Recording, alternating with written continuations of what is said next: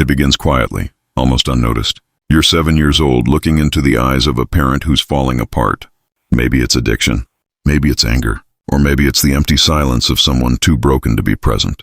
Without a word, something ancient clicks in your young mind. If I don't hold things together, no one will. This is how a child fades, not physically, but emotionally. They smile more, cry less. They learn to read the room before speaking. They become the emotional anchor of the home. Small adults in bodies too young for such weight. And the world applauds them for it. You're so mature, so responsible, so strong. But no one ever asks, at what cost? This is the hidden grief of those who grew up too soon. Today, we'll explore the psychology of that child, because these effects don't vanish with age. They shape your relationships, your career, your sense of worth. And unless you understand what happened, you may spend adulthood repeating survival habits that once protected you, but now quietly harm you. Let's begin with what's happening developmentally.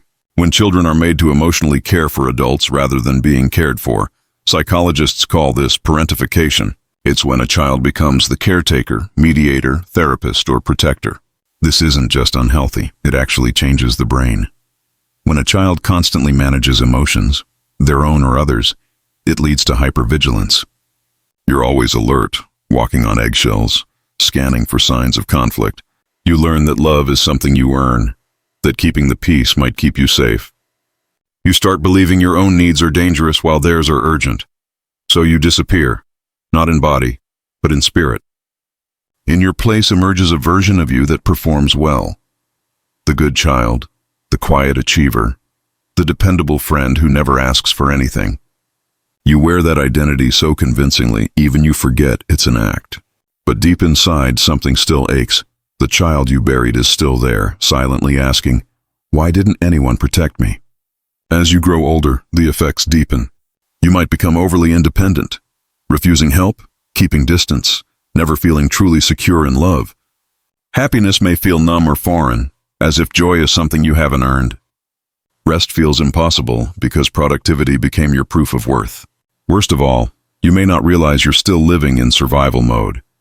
When dysfunction becomes normal early on, your nervous system mistakes chaos for safety. Stillness feels wrong. Peace feels suspicious. Love feels like a debt waiting to be repaid. This is the psychology of the child who had to grow up too fast. That's instinct. But here's the real tragedy. What once protected you has now become your prison. Many of us move through life as capable adults while our neglected inner child quietly dictates our behavior. We push ourselves to overachieve just to feel loved. We stay quiet to avoid rejection. We care for everyone else but secretly long for someone to ask if we're truly okay. We carry a quiet hope that someone will see through our strength, realize we're struggling, and finally offer us a safe place to break down. But that longing doesn't come from your adult self. It belongs to the child who never had the chance to just be a child. The first step toward healing isn't about fixing yourself. It's about acknowledging what happened. Until you do, you'll keep invalidating your own pain with thoughts like, it wasn't that bad. Others had it worse, or I turned out fine.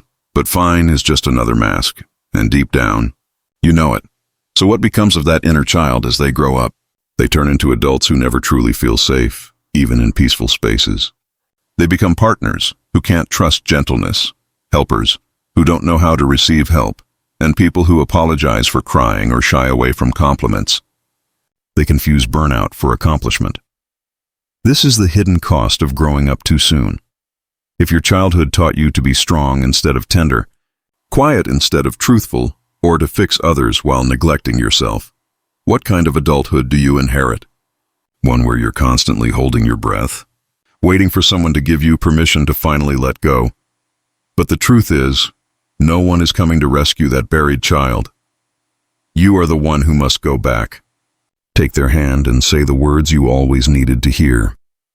You didn't deserve that. You were just a child. You can rest now. This is where shadow work begins. It's not about fixing or pretending everything is fine. It's about facing the abandoned parts of yourself and saying, I see you. I hear you.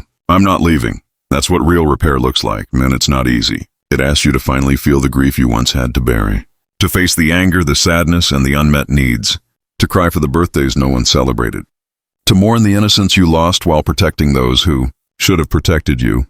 But that grief isn't a sign of weakness. It's proof of healing, because what was once frozen is finally beginning to melt.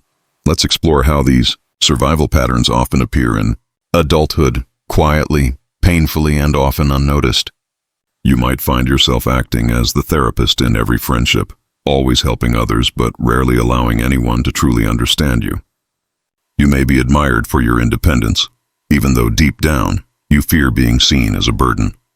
You might end up in relationships where you constantly overfunction, fixing, managing, and explaining, only to feel drained and resentful later. Setting boundaries might still feel like betrayal, making it hard to say no. These are not fixed personality traits. They are coping mechanisms, learned behaviors that once kept you safe. The encouraging truth is that they can also be unlearned. This process begins when you stop glorifying your strength and start acknowledging your pain. One of the most transformative steps you can take is to ask your inner child, what did I need back then that I never received? You might hear responses like, I needed to know it wasn't my fault. I needed someone to ask how I really felt. I needed time to play, rest, and laugh without fear. Gradually, you begin to give those things to yourself, not to rewrite your past, but to stop repeating it. This is how you stop searching for parental love in your partners. This is how you learn to distinguish anxiety from intuition. This is how you stop running from the child you once were and start embracing the person you are becoming. Carl Jung once said, there is no coming to consciousness without pain. People will do anything, no matter how absurd, to avoid facing their own soul. True healing or shadow work requires confronting everything you've hidden, the neglected parts, the shame, the fear, and the anger. Because healing isn't about reinventing yourself. It's about remembering who you were before the world told you otherwise. So if you grew up too quickly, understand this. Your maturity was never the issue. The problem was that you weren't given a choice, but now you have one. You can choose softness. You can choose rest. You can choose to stop taking responsibility for everyone else's feelings and begin acknowledging your own. It won't transform instantly, and that's okay. Some days you'll feel small and vulnerable again, like a child.